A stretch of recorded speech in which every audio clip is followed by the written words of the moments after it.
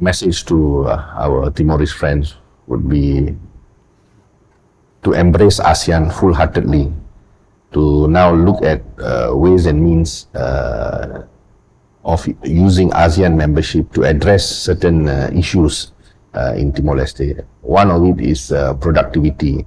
The other one is implementation. Many things in Timor-Leste hit a snag or hit a speed barrier when it comes to implementation.